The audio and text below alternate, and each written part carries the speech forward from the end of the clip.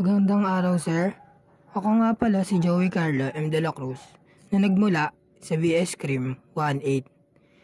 Ating pag-usapan ang mga nangyari sa buhay ni Rizal, lalo na ang paggawa niya sa Noli Me Tangere. Isa sa naging kwento niya habang ito'y ginagawa. Ngayon, simulan na natin. Paglalahatala ng Noli Me Tangere, 1887. Noong 1887, inilantala ni Jose Rizal ang kanyang unang nobela, ang Noli Me Tangere, sa Berlin, Germany. Sinulat sa Espanyol, inilantad ng nobela ang mga kawalang katarungan at pag-aabuso ng mga praileng Espanyol at mga opisyal ng pamahalaan sa Pilipinas noong panahon ng kolonyal na pamumuno. Ang aklat ng isang kathang-isip na salaysay ngunit malalim na nakaugat sa mga tunay na karanasan ng mga Pilipino sa ilalim ng mga pang-aapi.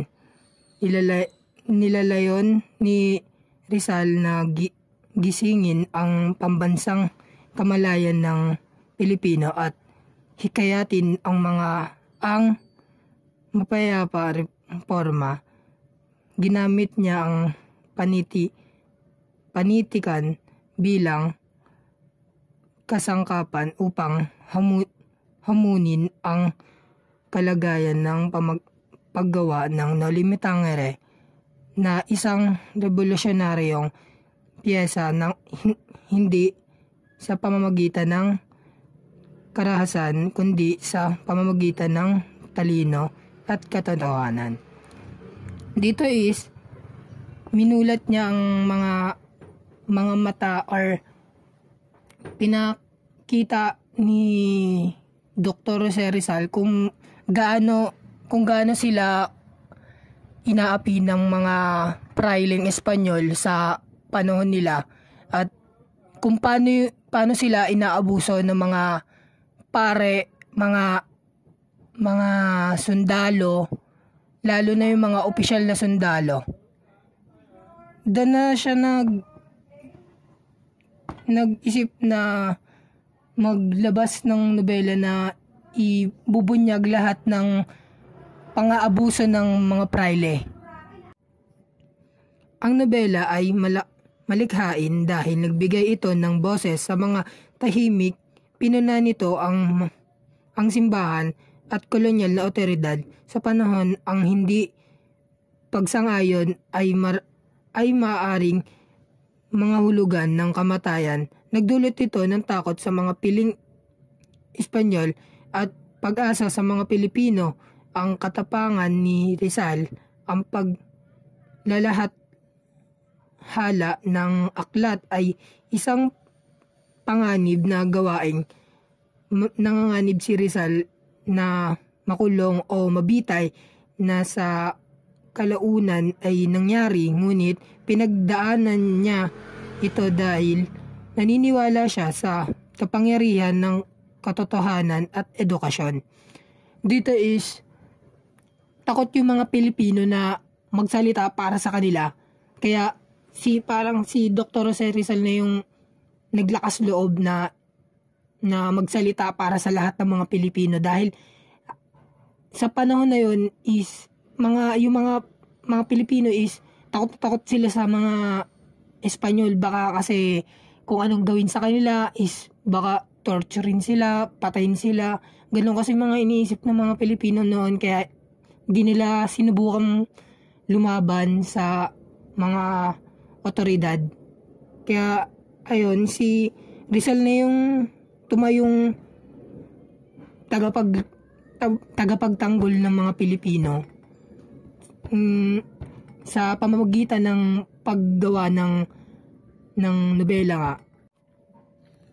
Ang Noli Me Tangere ay tinuturo pa rin sa mga paaralan sa Pilipinas ngayon na nagpapakita ng pagmatagalang impluwensya nito ay nananatili sa lamin ng lipunang Pilipino na nagpapakita kung paano umiiral pa rin sa iba't ibang anyo ang ilang panahon ng kolonyal ng mga issue ng katiwalian, hindi pagkakapantay-pantay at pag-abuso sa kapangyarihan. Ang pamana ni Rizal ng di maranas na paglaban ay patuloy na nagbibigay inspirasyon sa mga tagapagtaguyod ng karapatan pantao, mamamahayag at tagapagturo. Ang mga tema ng nobela ay nagtutulak sa mga mag-aaral ngayon na mag-isip ng kritikal tungkol sa kawalan ng katarungan at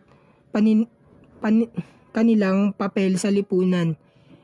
Ayun nga, binibigyan ni Dr. Jose Rizal ng karapatan ng mga tao dahil karapatan nila yun kasi buhay naman nila yun eh. Then kung anong gusto nila edi gawin nila. At saka sinasabi niya dito is wag sila magpapaabuso sa mga makapangyarihan na tao. Then inaano niya na iniimpluwensyahan niya na magkaroon pa rin ng karapatan yung mga kabataan, yung mga kabataang mag-aral, mga taong tuparin nila yung mga pangarap nang walang kumukontra. Next, impact in present time. Inihikayat ang mga mamamayan na tungkulin ng kabataan. Naniniwala si Rizal sa kabataan bilang pag-asa ng bayan. Ang mga kabataan ngayon ay binibigyan kapangyarihan na magsalita at makilahok sa pagbabago sa lipunan. Ayun nga is mas naniniwala siya na yung edukasyon is susi sa kaunlaran ng individual. Hindi lang po sa individual dahil para din po sa bayan. Then is hindi lamang to personal na pag-unlad kundi para rin sa pagpapalaya ng isip mula sa kamamangan ng pag-api. Or sinasabi niya na is pag mas edukado yung isang tao, hindi siya magpapa-under sa mga makakapangyarihan dahil may alam siya na kung may alam yung isang tao is alam niya yung mga karapatan niya. Next, bahagi ito ng high school curriculum ng Pilipinas na tumutulong sa kabataan na maunawaan ang kanilang kasaysayan at ang mga pakikibakan ng kanilang mga ninuno. Nagtuturo ito ng mga moral na aral tungkol sa katapangan, integridad at pakikiramay. Ito yung tinuturo siya sa high school kasi para malaman ng mga kabataan yung mga naging napagdaanan ng mga ninuno o mga dating Pilipino, at nagbibigay rin siya ng inspirasyon sa mga kabataan na matuto tayong lumaban at wag magpaapi sa mga dayuhan at wag tayo magpaapi sa sarili nating bayan. Tumayo tayo sa sarili nating mga paa dahil karapatan nating ipaglaban ang ating bayan at maging malaya sa mga nangaaping at maaabusong mga makapangyarihan. Next, marami ang tauhan sa sitwasyon sa nobela ang sumasalamin sa modernong lipunan.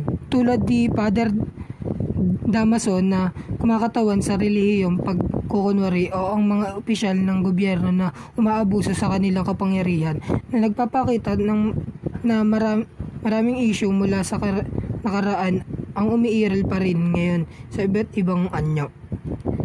Ayun nga, sa mga panahon kasi ni Dr. Jose Rizal is yung mga makakapangyarihan na tao is yung mga pare, opisyal, mga sundalo is mga mapang-abuso, mapang-api sa mga Pilipino noon is tulad mo siya ngayong panahon natin na yung mga gobyerno parang bumabalik-balik lang yung mga nakaraan na yung gobyerno natin ngayon is mga mapang-api at mapang-abuso nga na ginagamit din ng iba yung kapangyarihan nila sa mga masasamang gawain na maihalin tulad mo siya sa nobela at mga nangyari sa buhay ng mga Pilipino sa panahon ni Jose Rizal.